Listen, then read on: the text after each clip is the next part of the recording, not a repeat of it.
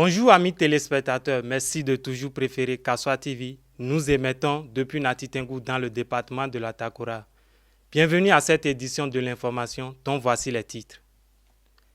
Les membres statutaires du Bénin, du Burkina Faso et du Niger ont tenu par vidéoconférence les 8 et 9 septembre 2020 leur 4e session du comité de suivi du programme RBT WAP JIC WAP.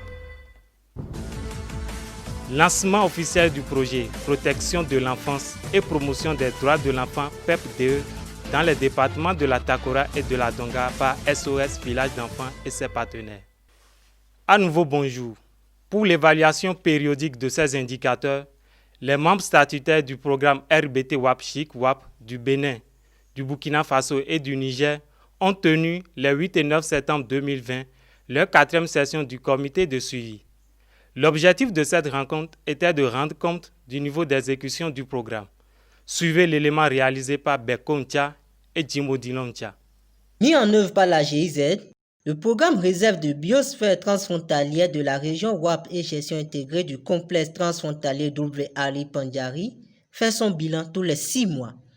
La RBT WAP JIC WAP, visant la conservation durable de la biodiversité de ce site du patrimoine mondial et le bien-être de ces communautés riveraines, a ouvert les travaux de la 4e session du comité de suivi du 8 au 9 septembre par vidéoconférence. Elle a réuni les membres statutaires du Niger, du Burkina Faso et du Bénin.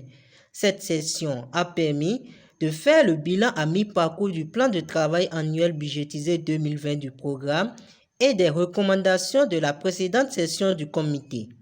Il ressort de ces bilans que la mise en œuvre du programme a atteint un niveau de satisfaction malgré le contexte sécuritaire qui prévaut dans les régions WAP auxquelles vient s'ajouter la pandémie du Covid-19. Outre les bilans d'activité et l'appréciation des résultats, les participants se sont répartis en 3 groupes de travail pour réfléchir sur les sujets d'actualité du complexe, à savoir l'état des lieux de la lutte anti-braconnage et de la sécurité dans le complexe, l'état des lieux des mandats de gestion du complexe et perspectives des partenaires publics-privés, et enfin, la gestion des aires protégées du complexe avec l'implication de la population riveraine. Loin de se contenter de ces niveaux de réalisation, ce programme, qui est un cofinancement de l'Union européenne et de la coopération allemande, entend promouvoir le développement économique endogène, durable et inclusif répondant aux défis du changement climatique dans les régions du complexe W.Ali Pandjari, bien du patrimoine mondial de l'UNESCO.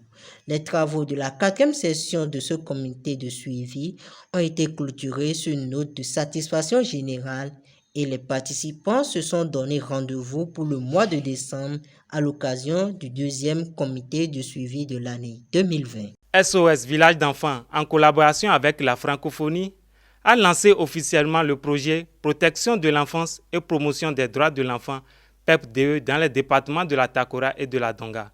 C'était dans la salle de conférence de la préfecture de Nati Tengou. Suivez le reportage de Jim Odiloncha. Face à la difficulté de réinsertion en famille des enfants en situation démunie, SOS Village d'enfants, véritable outil d'aide à l'enfance, en collaboration avec la francophonie et bien d'autres partenaires, a lancé à la salle de réunion de la préfecture de la commune de Nati Tengou le projet Protection de l'enfance et la promotion des droits de l'enfant. C'est un projet que nous avions mis en œuvre avec l'appui de l'OIF et l'appui technique du respect réseau des structures de protection des enfants en 2019 dans le Borgou et la Libourie. Donc cette année, fort des constats réluisants que le projet a apporté dans ces 2 départements, nous avons vu juste de pouvoir répliquer ce projet ici pour pouvoir accompagner les acteurs de protection des enfants. Suivi du renforcement des capacités des acteurs de protection de l'enfant, cette réunion, en dehors de son caractère d'échange, doit pouvoir donner des réponses concrètes, réalistes et innovantes à la réalisation de l'objectif global qui a été assigné à ce projet. 700 enfants environ seront impactés par le projet et environ 300 acteurs seront impactés.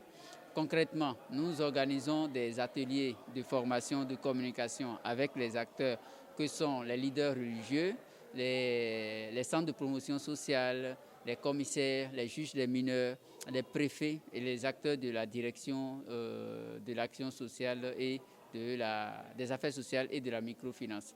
Les participants à tous les niveaux sont maintenant aguerris et outillés afin de mieux venir en aide aux enfants en faisant de la famille le meilleur cas de réhabilitation des enfants. L'expérience a montré que lorsque on veut assister un enfant en situation difficile et qu'on est obligé de le sortir de son milieu, et à la fin du processus, pour la réinsertion sociale, pour la réinsertion en famille, et ça pose un autre problème. Et donc, le système a réfléchi et a trouvé que cette assistance-là se fasse dans son milieu, en intégrant et en faisant participer ses parents, sa famille, ses proches. On n'est pas sans savoir que l'enfant a plus besoin d'une figure paternelle ou maternelle à qui s'accrocher pour s'identifier. La meilleure façon pour un enfant de se développer, c'est de rester dans une famille. C'est la fin de cette page d'information. Merci de toujours nous rester fidèles et à bientôt pour de nouvelles informations.